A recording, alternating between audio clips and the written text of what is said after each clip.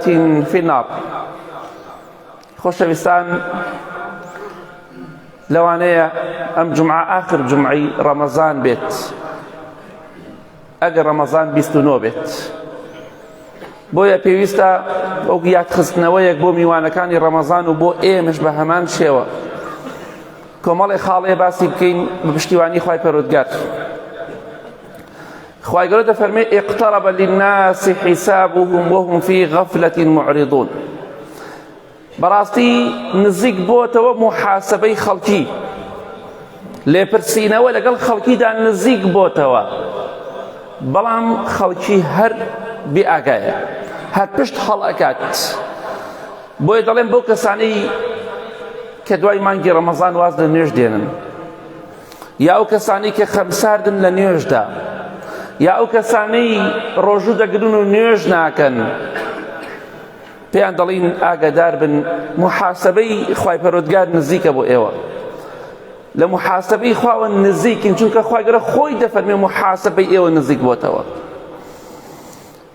وەستاندن لە خزمەتی خوای پەروەردگاردا نزیک بۆتەوە. بۆیە ئاگات لە نوێژەکانت بێ، لەو خەوەی کە خەوتوتە بە خەبەر بێرەوە، چونکە دڵنیابە خوای گەورە محاسبەت دەکات. پێغەمبەری خوا صلی الله علیه وسلم لە حەدیثێکی صحیحدا دەفەرمێ یەکەم شتێکە لە ڕۆژی قیامەتە مرۆڤ، ئادەمیزاد و جنۆکە محاسبەت دەکرێن لەسەری نوێژەکانێتی. محاسبەی خوا نزیک بۆتەوە.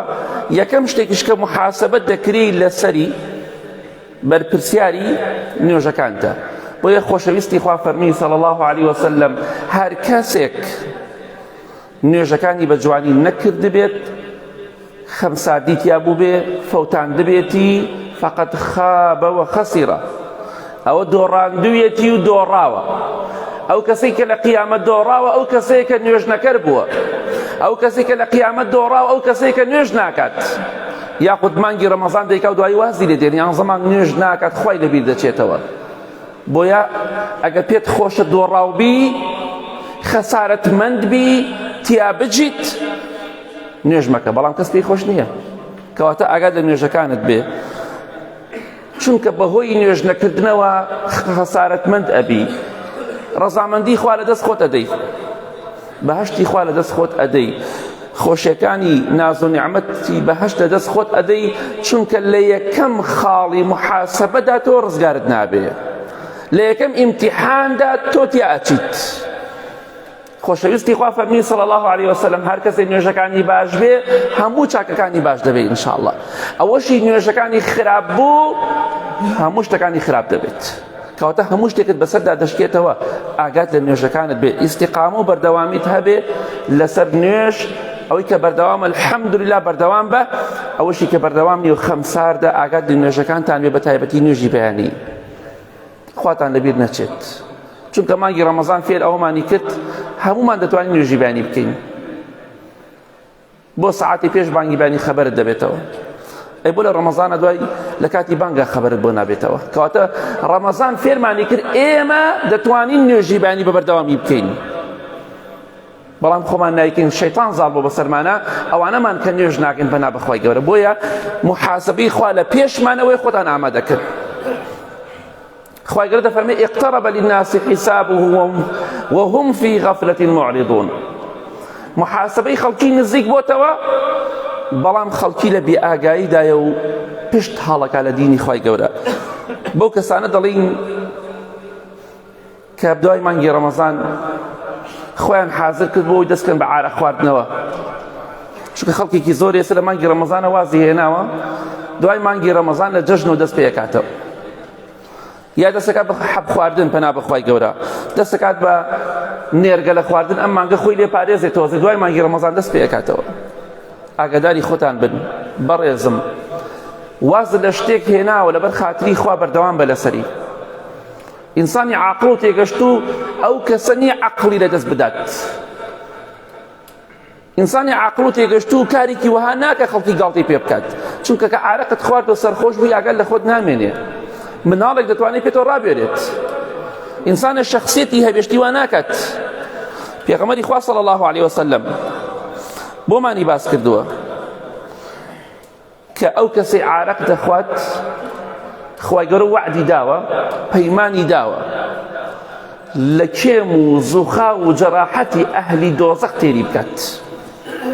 پێت خۆشە کێم و جەراحەتی ئەهلی دۆزەخ پەنا بخوا کە لاشەیان دەسووتێ هەمووی ئەو خوێن و خوێنا و کێم و جەراحەتە دێتە خوارەوە خڕ دەبێ ئالەوە خوای پەروەردگار تێر دەکات. ئەبێ چۆن بیخۆی پەنا بەخوای گەورە پیسترین خواردن، زائدن عذاب و ناخۆشی و ناڕەحەتی و ئاگر. بۆیە ئاگداری خۆت بە وعدت بەخواداوە ئەم مانگی ڕەمەزانە دوای مانگی ڕەمەزانیش بەردەوام بە لە عیبادەتی خوا، واز لە مەشروب و لە تلیاک و لە خراپەکاری بهێنە، بە تایبەتی ئەوانەی کە عارەق دەخۆنەوە. ئەوە مستەقافەت و ڕۆشنبیری نییە ئینسان عەقڵ لەدەست بدات. ئەڵێ کۆمەڵێک جەماعەتێک عارەقیان دەخواردەوە،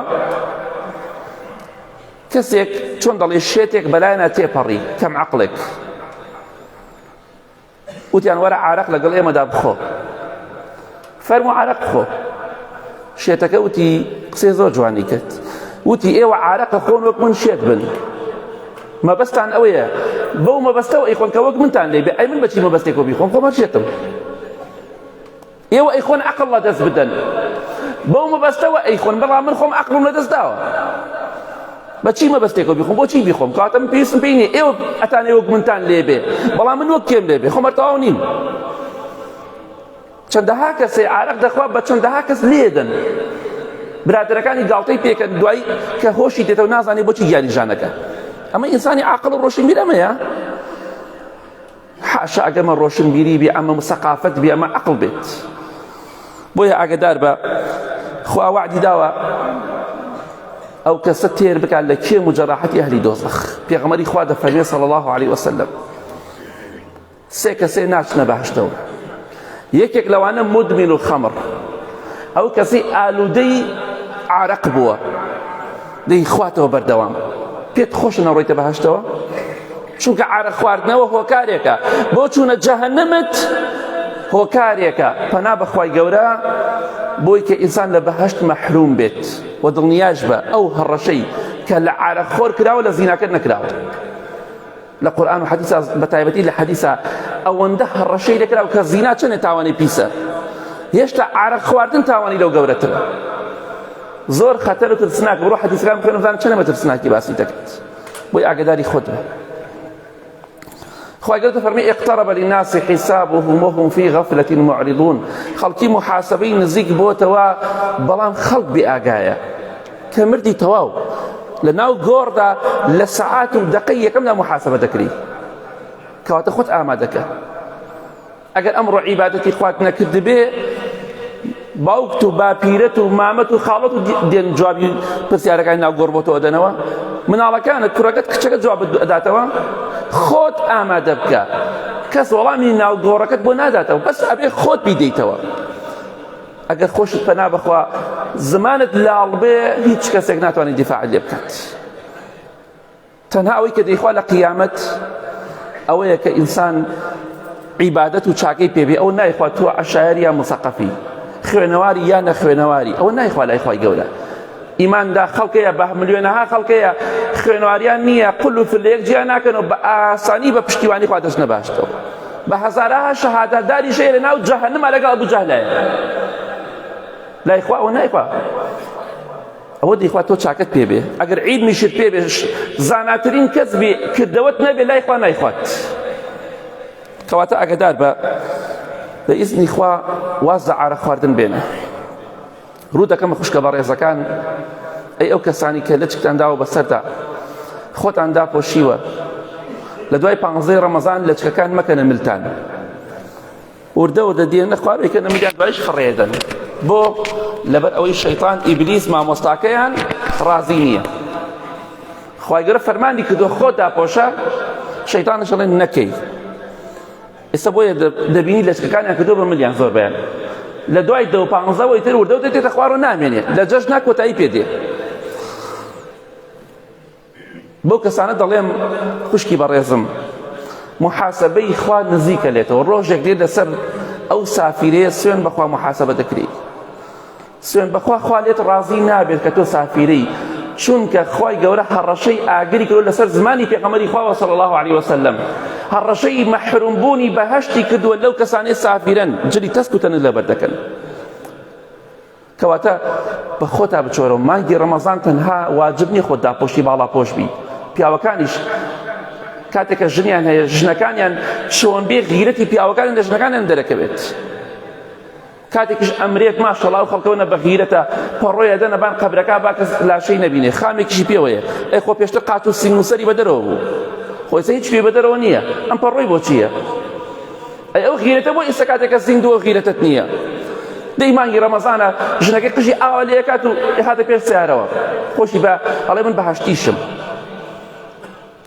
ئەوە ئینسان بێزارەکات.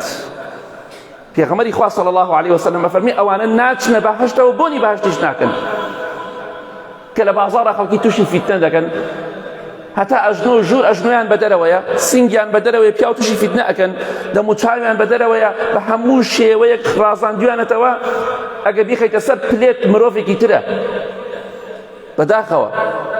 بۆیە ئاگامان لە خۆمان بێ، ڕوو دەکەم ئەو بەڕێزانە بە ئیزنی خوای پەروەردگار با بە خۆیاندا بچنەوە، چونکە خوا فەرزی کردووە لەسەر خێزانەکانی پێغەمبەری خوا صلی الله عليه وسلم، لەسەر کچەکانی، لەسەر خێزان و کچ و ژنی سەحابە کە خۆیان داپۆشن و باڵا پۆش بن. بۆ تۆ دڵت لەوان پاکترە؟ والله ئەگەر دڵپاکی حساب بکرایە خۆشەویستی خوا صلی الله عليه وسلم نەبووە یەک ڕکعەت نوێژی بکردایە. والله عائشە و خەدیجە و ئەوانە هەموویان ڕەزای خوا نەبێ ئەبوایە دەچیان بەسەریان نەدا، چونکە دڵیان پاکترین دڵ بوو. بەڵام خوا فەرزی کرد لەسەریان لە قورئاندا. قسەی باوباپیر و نەنکم نییە. خوا دەفەرمێ ئەی پێغەمبەری خوا صلی الله عليه وسلم بە خێزانەکانت بڵێ، خێزانەکانت بە کچەکانت بڵێ، بە ئافرەتانی ئیماندار بڵێ باڵا پۆش بن. چێ دڵی لەوان پاکترە؟ کابرایەکی نوێژنەکەری مەشروب خۆ دڵی لەوان پاکترە؟ کەواتە ئاگدار بە خوشکی بەڕێزم، ئەو لەچکەی داوتە بەسەرتا، ئەو باڵا پۆشەی کردوتە مانگی ڕەمەزان، دوای مانگی ڕەمەزانیش بەردەوام بە لەسەری. برا بەڕێزەکان ئێوەش ئەمە دڵپیسی نییە، ئەمە دینە، ئەمە فەرمانی خۆ پێغەمبەری خوایە صلی الله عليه وسلم. مێڵ ئافرەتەکاندا سافیرە بێ. گشتی لە بازاڕە دێت بە شێوەیەکی ناشەرعی، ئافرەتێک ئاوا بێ دنیا و قیامەتی خۆتی بۆ مەدۆڕێنە، لێی جیابیتەوە لەو باشتر ئەگەر بە قسەت نەکا. وەڵام من هەر سافیرا بم. دی ئەگەر بە کەڵک تۆ نایە دنیا و قیامەتی خۆت مەدۆڕێنە، شەخسیەتی خۆت مەدۆڕێنە، لێی جیابیتەوە لەو باشتر ئەگەر کەسێکا بژیت کە حساب بۆ فەرمانی خوا پێغەمبەری خوا ناکە صلی الله عليه وسلم. یا ڕەبی خوا لە گوناهەکانمان خۆش بی، لە گوناهی دایک و باوک و مردوەکانمان خۆش بێت.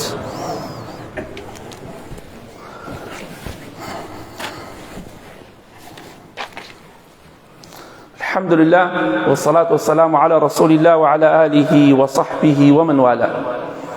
خواهي قرده فرمي اقترب للناس حسابهم وهم في غفلة معرضون. خلقي نزيق بوتوا محاسبة خلقي نزيق بوتوا، بلام خلق هربي آقايا هر پشت خلقا بو كسانا دالين پنا بخواهي قوله كزينا و بدر روشتي دكن لآفرتان بتايبتي دواي و بياوان پێیان دەڵێم نزیکە لە وەستاندنی ئێوە لای خوای پەروەردگار، محاسبە دەکرێن لەسەر زینا بە زینا. سوێن بە خوای پەروەردگار، تۆبە نەکەی نەگەڕێیتەوە بە لای خوای گەورە وعدی داوە يضاعف له العذاب يوم القيامة ويخلد فيه مهانا. ئەوەی زینا بکات ئەگەر تۆبە نەکاو بەو شێوەیە بمرێ، خوا وعدی داوە لە قورئانی پیرۆزە لە سوورەتی فورقان چەند قات عەزابی بدا، چەند قات و سەرشۆڕی بکە ويخلد فيه مهانا، بە هەتایی لە دۆزەخدا بە سەرشۆڕی و ڕسوایی و زەلیلی هێڵمەوە. ئەمە وعدی خوایە، هەر ڕەشەی خوایە. تۆ هەر بڵێ دڵم پاکە و زینا دەکەم. کەواتە ئاگادار بە وازت هێناوە گەڕایتەوە بۆ لای خوا. هەر کەسێک وتی زینام لەگەڵا بکە بڵێ پەنا بە خوای گەورە من زینا ناکەم، چونکە خوا لەم تۆ ڕائەبێت، چونکە خوا غەزەبم لێ دەگرێت، چونکە خوا وعدی داوە لە ناو دۆزەخدا زەلیل و سەرشۆڕ و ڕیسوان بکات، چەند قات عەزابم بدا، بۆیە من زینا ناکەم، لە خوا ئەترسم.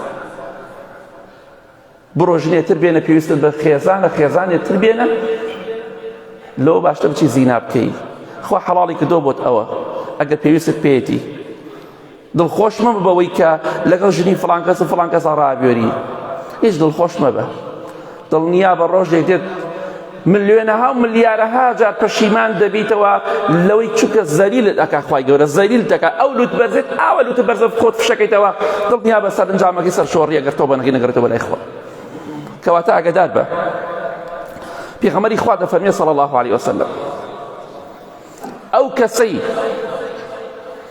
دەڕواتە سەر جێگای پیاوێک کە پیاوەکە لە ماڵ نییە پیاوەکەی ڕۆشتۆ بۆ سەفەرێ بۆ دەوامێ بۆ بازاڕێ بۆ هەر شوێنێ پیاوەکە ئامادە نیە و ئەم دەچێت لەسەر جێگای ئەو پیاوە لەگەڵ خێزانی ئەو پیاوە دەخەوێت زینای لەگەڵ ئاکات پێغەمبەری خوا دەفەرمێ صلی الله علیه وسلم ئەو ئینسانە چۆتە سەر جێگای خەڵک ماڵی خەڵک لەگەڵ ئافرەتی ترا خەوتۆ کە خێزانی نییە و حەڵاڵی نییە لە ڕۆژی قیامەتە خوای گەورە کۆمەڵێک ماری بۆ تەرخانەکە ئەو مارانە پێوە ئەدەن لە پاداشتی لە سزایەوەی کە زینای کردووە ئەبێ ماری تێ بەئاڵێ مار پێتۆ بدا یەک لە دوای یەک ماڵی خەڵکت کاول کردووە خوا ماڵت کاول کات ژیانە لە خەڵک تێک داوە ئافرەتی خەڵکت بەدڕەوشت کردووە پاداشتەکەت جەهەنم و ئاگرە زائیدەن پێوەدانی مار بۆیە وا نەزانی ئیشێ باشە دڵخۆش مەبە پیاوەکەی لە ماڵ نییە خوایەک لە سەروی عەرشەوە ئاگای لە هەموو خیانەتەکانی تۆیە بگەڕێرە بۆ لای خوا هەر کەسێک وتی زینا بڵێ پەناگرم بەخوای گەورە من زینا ناکەم چونکە جێگام دۆزەخە مار و دوو پشت پێمەوە دەئاڵێ هەمویان پێمەوە ئەدەن چی هەیە دیفاع لێ بکە بەخوا نە تەواری هەیە نە نەخۆشخانە هەیە نە عیلاج هەیە هیچ شتێک نییە مار پێتەوەدا پەنا بخوا 70 ساڵ ئێش و ئازارەکە لە گیانە دەرناچێ بۆ دوو سێ دەقە بۆ چەند چرکەیەک خۆشی و لەزەتی حەرام خۆت مەکە بە هاوڕێی مار و دوو پشک و ئاگر و جەهەنم پەنا بەخوای گەورە بۆیە بگەڕێرە بۆ لای خوا چونکە ئەگەر خوا ڕەحمت پێ نەکات چێ هەیە ڕەحمت پێ بکات چێ فریاد بکەوێ خوشکی بەڕێزم پیاوەکەت بەدڵ نییە لێی جیا بەرەوە زینا مەکە برای بەڕێزم کچەکەت خوشکەکەت ئەڵێ من ناگونجێم لەگەڵ فڵان کەسە تووشی خراپە ئەبم ڕێگری لێ مەکە با جیا بێتەوە جیابوونەوە عیب نییە زینا عیبە ئەوە شەرمەزاری خەڵک بێ لەگەڵ کچەکەت و خوشکەکەت ئەبخەوێ خوشکەکەت بێوەژنە بۆ نایاڵی شوو بکات بۆ ڕێگری لێ دەکەی چەندەها بێوەژنێ پەنا بەخوا لە ژێر و بە دزیوە شووەکات بۆ ڕێگری لێ دەکەی بۆ بە دزیوە شوو کات کە خۆی تووشی زینا و تاوان بکات بۆ باوکو برا و کەس و کار ئاگادار نەبێ کچەکەیان شووی کردووە لە ژێرەوە بۆ بە ئاشکرا نایدەی بە شوو بە پیاوانە نایدەی بە شوو خۆ بێوەژن بێ خۆیتر نابێتە مەلائیکە مرۆڤە و شەهوەتی هەیە و ئارەزووی هەیە وازم فکرە عەشایرێ بێنن نابێ مناڵێ بێ دابنیشێ ئەخە با زینا و خراپەکاری کەمتر بێتەوە کچەکەت ناگونجێ لەگەڵ پیاوەکە مەڵێ بەخوا بێ بڕۆیتەوە ئەزانی کچەکە سەرنجامی یا زینایە یا خیانەتە یا نەخۆشی دەردە یا خۆ کوشتنە ڕێگری لێ مەکە تەواو کە ناگونجێ خۆ بە زۆر نای من خواردنی حەزم پێ نایخۆم تەواو ئیتر ناگونجێ بە زۆر بە شووی مەدەن مەبەستم ئەوە نییە ژن و پیاو لێک جیابنەوە بەڵام ئینسان جیابێتەوە لەو باشترە زینا بکە دوای قسەکە بە خراپی نەقڵ مەکەن جیابوونەوە باشە یا زیناکردن خوا تەلاقی داناوە زینای دانەناوە خوای گەورە دەفەرمێ اقترب للناس حسابهم وهم في غفلة معرضون خەڵکی محاسبەی نزیک بۆتەوە بەڵام خەڵک هەر بێ ئاگایە غافڵە لەوەی کە خوای گەورە چی بۆ داناوە بۆیە ئەو کەسەی زوڵم دەکەی ئاگاداری خۆت مانگی ڕەمەزانە وازە لە زوڵم و غەش هێناوە دوای مانگی ڕەمەزان دووبارە نەگەڕێیتەوە بۆ سەری ئەزانی پێغەمبەری خوا صلی الله علیه وسلم چی دەفەرمێ ئەفەرمێ لە ڕۆژی قیامەتە کەسێک دێت ئەم پیاوە لە دنیادا یا ئەم ئافرەتە لە دنیادا زوڵمی کردووە ئەوەندە چاکەی پێیە ئەوەندەی عیبادەت پێیە پێغەمبەری خوا دەفەرمێ صلی الله علیه وسلم دەڵێ ڕزگارم دەبێ ئەوەندەم عیبادەت پێیە ئەمڕۆ لە قیامەت ڕزگارم دەبێ خۆشەویستی خوا فەرمێ صلی الله علیه وسلم دای ئەنیشێت خەڵکی دێت ئەوەی کە لە دنیادا زوڵمی لێ کردووە یەک بە یەک دێن چاکەی لێ ئەبن، چاکەکانی ئەبن. هەر کەسە بەپێی زوڵمەکەی چاکەی پێدرێ. خی گەورە عالەمە ئەم کەسە ئەوەندە زوڵمی لێکراوە ئەبی ئەوەندە چاکە بەرێ. ئەوە کە دێ ئەوە کە دێ ئەوە کە دێ پێغەمبەری خوا فەرمێ ساسەمی یەک چاکەی نامێنێ، یەک چاکەی نامێنێت. عەرزی خەڵداگیر مەکە، غەش مەکە، چونکە غەش بە عومرە و حەج و نوێژ و ڕۆژ و عیبادەت پاک نابێتەوە. سوێن بەخوا 250 دینار غەش لە کەسێک کردبێ، فێڵت لێ کردبێ، درۆت لەگەڵا کردبێ، 1 ملیۆنە ساڵ بژیت پاک نابیتەوە، ئیلا مەگەر ئەو کەسە گەردنت ئازاد. کەواتە ئاگادار بە مەڵێ فڵان کەسم خەڵەتان، خۆت خەڵەتان، چونکە ڕۆژێک دێت چاکەکانت، نوێژەکانت، ڕۆژەکانت، عیبادەتەکانت ئەدرێ بەو کەسێک کە غەدر و غەش و خیانەت و زوڵمت لێ کردووە. جا ئەگەر چاکەیشت نەبوو، ئەو کاتە پێغەمبەری خوا دەفەرمێ صلی الله علیه وسلم خراپەکانی مەزلومەکەت دەیهێنن دەیخەنە سەر خراپەکانی تۆ بارەکەت کورتترە بێ، چونە جەهەنەمت مسۆگەرتر دەبێت.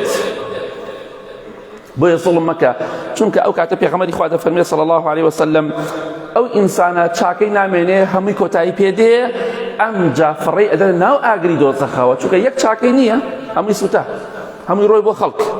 نوێژەکانی، ڕۆژوگرتنەکەی، تەراویحەکەی، زیکرەکەی، قورئان خوێندنەکەی، عیبادەتەکەی، خێر و سەدەقەکەی، هەمووی پاداشتەکەی بۆ خەڵک بوو، چونکە زوڵمی لە خەڵک کردووە. کەواتە ئاگاداری خۆت بە زوڵم مەکە، چونکە بە زوڵمکردن خەسارەتمەند ئەبی بەهەشت لەدەست ئەدەی، ڕەزامەندی خوا، خۆشی و شادی لەدەست ئەدەی. بۆ مناڵ زوڵم لە خەڵکی مەکە، غەدر مەکە، بە ئیزنی خوا ئەو کاتە سەرکەوتوو دەبیت. کەواتە ئاگاداری خۆمان بین، بە ئیزنی خوا دەڵێم لە کۆتاییدا دەڵێم با بە خۆماندا بچینەوە، محاسبەمان نزیکە، با دوای مانگی ڕەمەزانیش خوامان لەبیر نەچێ، چونکە ڕۆژێک دێت کۆتایی بە ژیانمان دێ. گرنگ ئەوەیە خوامان لەبیر نەچێت، تەقوای خوا بکەین، بە ئیزنی خوا ئەو کاتە ئینشاءڵڵا لە دنیا و قیامەت سەربەرز دەبین. اللهم اغفر للمؤمنين والمؤمنات والمسلمين والمسلمات الأحياء منهم والأموات من أهل السنة والجمعة والجماعات.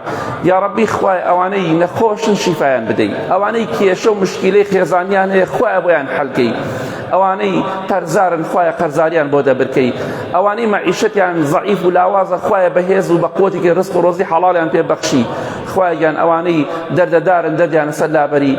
يا ربي خواي هيمني وآرامي ولاتمان بپارێزی، چۆن ئاوا ئێستا کۆمانت کردەوە ئاوا لە بەهەشتا کۆمان بکەیتەوە یا رب العالمین، بە خۆشی و بە شادی. یا ربی خوایە لە محاسبەی خۆت بە سەلامەتی ڕزگارمان بێ، محاسبەیەکی سوکمان بکە یا رب العالمین. آمین آمین آمین. وصلى الله على محمد وآله وصحبه أجمعين. برا بەڕێزەکانم، پارەی مزگەوت، پارەی دوو